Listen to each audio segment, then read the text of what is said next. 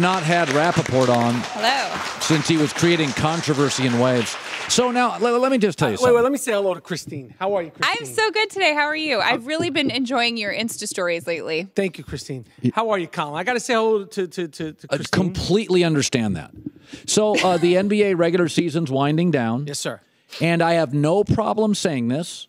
I'm Team LeBron, maybe to a fault. That's a good point. Okay, that's my not brand. That's my thing, is that I think we beat up on Tiger Woods. And we should just say, look, in acting, when Tom Hanks has a 20-year run, we just put our arms around him and say, thank you. Mm-hmm. But in sports, when we get these icons like Tiger, half the golf world was like, come on. He throws his clubs. And I'm like, you're watching a meteor in golf shoes. Like, yes. This has never happened. I think, seriously, half of America doesn't like LeBron, and it bothers me. Well, half of America doesn't like LeBron because of his antics. What antics? Well, the leaving Cleveland, the way he did it, that was a joke. That was the beginning of the skinny genification of the NBA. Leaving Miami. He knew he was going to leave Miami whether they won or lost that San Antonio series. And why not regroup after getting dismantled by San Antonio and go up for one more year? No, it's just he created this monster called the Big Three. You're from New York, right? Yes, sir. Well, yes, sir. Why don't you just stay in Queens and act? Well, what do you mean we're staying in Queens and act? Well, why'd you come to L.A.? Exactly. And I haven't been home since full time. Because you had to go where the acting is. You had to go where the acting is. Well, the winning ain't in Cleveland. Like, what does he want to go home? I'm saying this is why the country is divided. Now, I'm with you. I think LeBron James is the best player in the league. As much as I like to break LeBron blames, excuse me, Christine, I meant LeBron James's chops. Yeah. He is the best player in the league, and I do think he should be in consideration for the MVP. Thank you. But the MVP this year is Russell Westbrook, and he's going to outnose and he's going to outnose James Harden. And my bigger problem with this pageantry that's turned into the MVP campaign all season long is, who cares? Thank you. Who cares about the season-long MVP? Nobody cares. Do you think that Dirk Nowitzki cares about his regular season MVP after he had to sit there and accept his regular season MVP after being eliminated in the first round versus the Warriors? You think Steph Curry is sitting there going, my unanimous MVP from last season? That thing's in the closet hidden by some ugly Under Armour sneakers. You think Charles Barkley looks at his regular season MVP the same year that Michael Jordan? So doesn't it turn you off that Westbrook seems to really deeply care about this? Russell Westbrook seems to really deeply care about everything that it comes to basketball. And he has, whether he was winning, whether he was losing, whether he was shooting too much, whether he was alienating KD. That's the way Russell Westbrook plays. And that's the beauty of Russell Westbrook. So the fact, but they all care. But part of it is your fault, Christine's fault, Skip's fault, Shannon's fault. We've been talking about the regular season MVP since November. When I was a kid, the guy would show up, he'd get the trophy, it'd be a little blurb. Now it's literally like the Miss America pageant. All season long, who's going to win?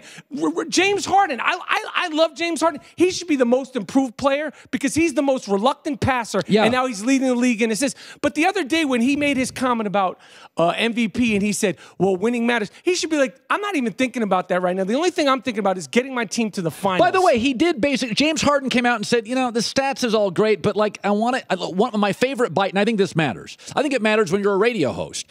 One of the things Harden said that I've never heard Westbrook said, Harden said, it's just like nice to get everybody included. Have you ever gone to the Y and played basketball in your entire life? Oh, and James Harden now he's talking about he's done it for this year. Okay. The rest of his basketball life, he didn't get everybody included. Okay, but that's why I said that's why this year I think Harden has, to me, this year now, I watched them last night play. They weren't playing very well. Harden suddenly is like, I don't want to be the guy at the YMCA that drops 40, and nobody wants to play with him. Right, I agree. Okay, so let me defend LeBron on this. So you're an actor, producer. Yes, I do it all, Colin. So you you could do this in New York. Award-winning director. Award-winning director. Yes, but you have moved out west because it's good for your business. Good for my business, but the business has changed. But inevitably, most actors will at least spend a lot of time. I know Jeff Garland. He's like, I love Chicago, but I got to live here. Yes. So basically, all LeBron did was, I can't get free agents to Cleveland, and I don't trust my front office because after 7 years, you got me Larry Hughes. Yes. I'm going to go where the job's better. And I'm going to make a media circus about going there. Pat Riley, Dwayne Wade, Aqua Water. All LeBron did, not 6, not 7, not 8. Well, the fireworks are going off, the pom-poms are... They're 25-year-old kids. And then what about when he left Miami again? But this is just the beginning of the LeBron blames thing. As far as why people don't like him. First of all, you know what, Colin? Let me explain something to you. When I grew up, I hated Larry Bird. I hated Michael Jordan because they weren't on my team. That comes with greatness. So I'm not going to sit here and not tell you that he's not great. It's the same thing with Tom Brady, Joe Montana. When Jim Burt leveled Joe Montana and put him out of the game, I was so happy when that happened for the New York Giants. That happens with greatness. No one's ever like, you think everybody loves Tom Brady? You think everybody loves Aaron Rodgers? That's just the way, that's the nature of sports. You think everybody loves Derek Jeter? When you're that great, you're going to have people that love you, and usually it's the people that you're playing for, and the rest of the people hate you. So it comes with the territory. But these guys are all like thinking, you know, that it's the skinny genification, like everybody should love me. I do my commercials. I'm going home. That's part of being great. So I'm like you. I'm not for, I'm okay. Like I tell Christine, I stay mostly off social media because everybody's offended by everything. Everything. Jimmy Kimmel, if you go to Jimmy Kimmel's account, it's like my New Year's resolution, let's be offended by stuff that matters. So I'm not saying I'm rooting for United Airlines, but you know what? I don't like the way America treats its airline employees. I agree. I say an airline gets one noogie a year to a passenger. And that was more than a noogie. I want every airline gets 1 or 2 noogies a year to a. They dragged him off the plane. That was a little violent. And gave him a bloody forehead. Yeah, but they also did say, please leave the plane. Like now, 8 times. I'm not saying they should have done it. It was obviously handled wrong. But the is this. Everyone's like, I'm not flying United. Okay, well, the next time you need to go from Chicago to Louisville, ride a bike. Because that's your only choice. You're going to be flying United, whether you like it or not. That's the way it works. And listen, when you're flying these little dumpy planes, these short flights, unless you're flying coast to coast, it's every man for themselves. That's right. The reason why that guy was pissed is not because he missed his flight. It's because he left his paper bag lunch that you're forced to bring on a flight from Chicago to Louisville. You don't want to fly to United? Okay. Well, then jog it. You're Forrest Gump now. You're Forrest Gump. Okay. So I live out west, and so people think I'm a West Coast homer. Yes, you are. A little bit. No, you know what I always feel like? When Rush Limbaugh started in radio, he said, I'm the balance. Whether he's right or not. He said, everybody's left. I'm just going to go right, so I balance it out. So I have always felt, when I worked at ESPN, I used to tell, and I told my bosses this, I said, every worker here is from Philadelphia, Bristol, New England, New York. I'm one of 2 people in the building that knows where the Rocky Mountains are. I agree with you. So I went on the air and I said to myself, I'm going to be the West Coast balance. I'm going to talk Pac-12 football, USC, Western Conference. That said, Michael Rapaport. Yes, sir. The West is overrated. In terms of what? Not beauty.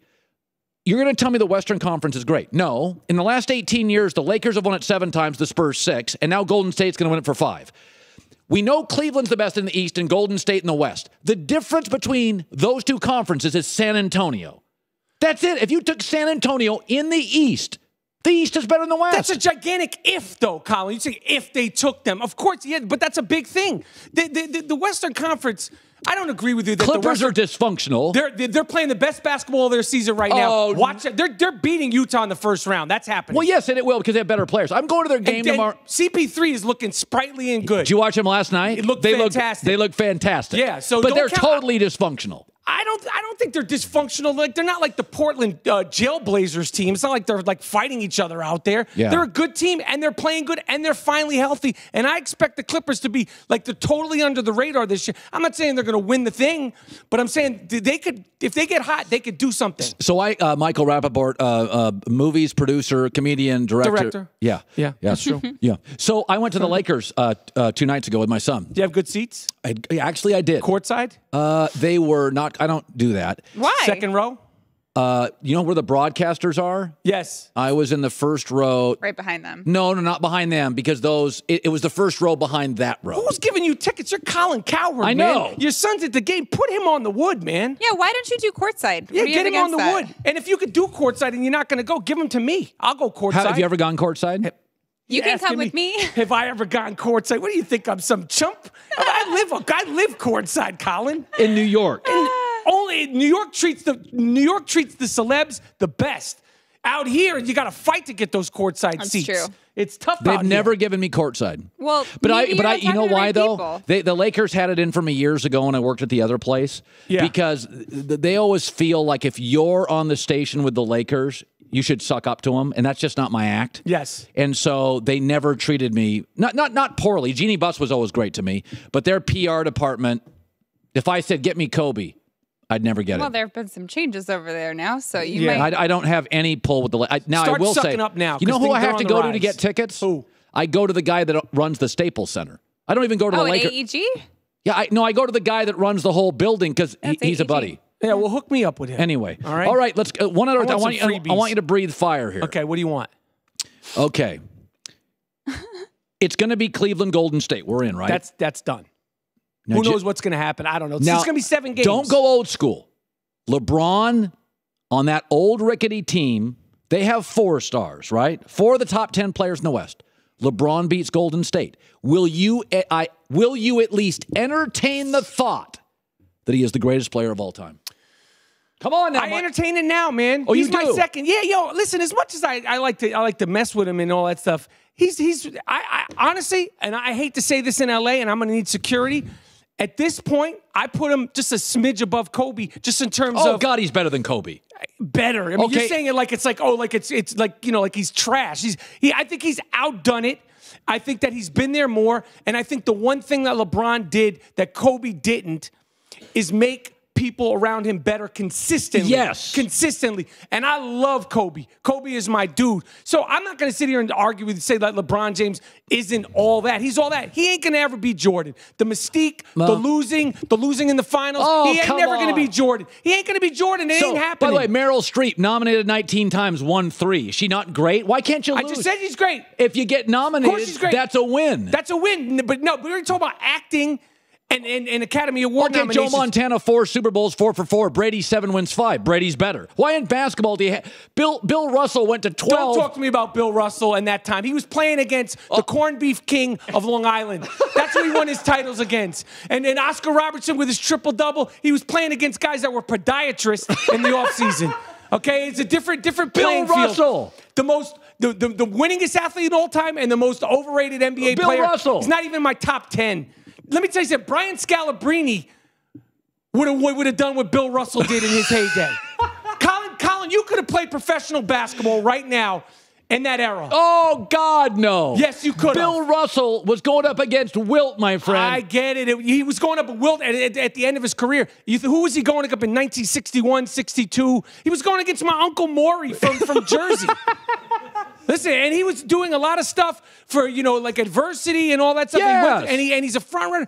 But let me tell you something. Bill Russell, Oscar Robertson, you can't compare to what they're doing now. It's just the evolution of man, the evolution of sports. There were 12 pro teams in the NBA by the time Bill Russell retired. At one point, there were 8 teams. The Syracuse Nats. Bill Russell was going against Dolph Schayes. No disrespect to the great Dolph Schayes. But Dolph Schayes, come on, man. I mean, we're talking about like a different level of basketball. And for you to disregard what Russell Westbrook is doing now. Oh, God. And saying that it's overrated, it's not a big deal. Hey, big rebound. Yeah, love his rebounds. Yeah, his rebounds. And then what happens? Transition into a fast break. I mean, it's not like he's getting... And yeah, the big guys are letting him get the rebound because it benefits the team. They're a fast-breaking team. He's made the most of a bad situation. Uh-huh. You agree, Christine? I completely agree. Once you said that Bill Russell played against podiatrists, you won the interview. He did. He played against podiatrists. He played against guys like John Havlicek sold insurance door to door in the offseason. Yeah, I mean, this is you can't even make the comparison. And I love these guys, Elgin Baylor, all these guys. These guys are great, but we should stop comparing them. The cutoff should be 1970. We should stop comparing them to the athletes of today and the technology and the competitiveness and the fact that there's 32 teams and at one point 12 teams. Come on, man, it's ridiculous. Michael Rapaport, he's famous and stuff. Producer, director, comedian, writer. I got to go. It's The Hurt.